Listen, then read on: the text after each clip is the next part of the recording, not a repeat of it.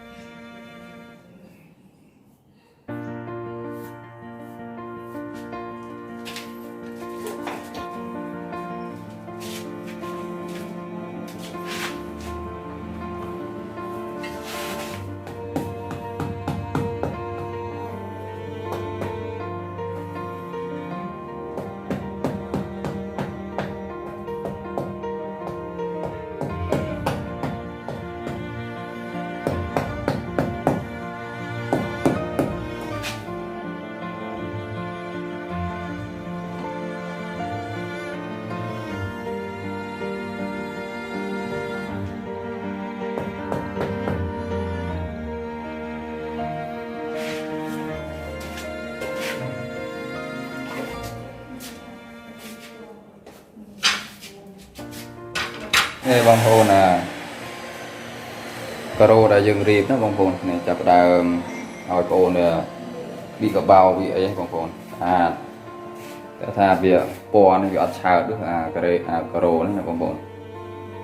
กระโดดอัดชาเอาสะอาดวันจะจงสะอาดแต่ในจังแจกเอาดักมาช่วยยังเธอตามนั่งเถอะตามนั่งเดี๋ยวไปมาหาเลยดึงตามจัดมาจัดเตี้ยอันนี้ก็เอารีบตรมนี่อันนี้ก็จะสาบเลย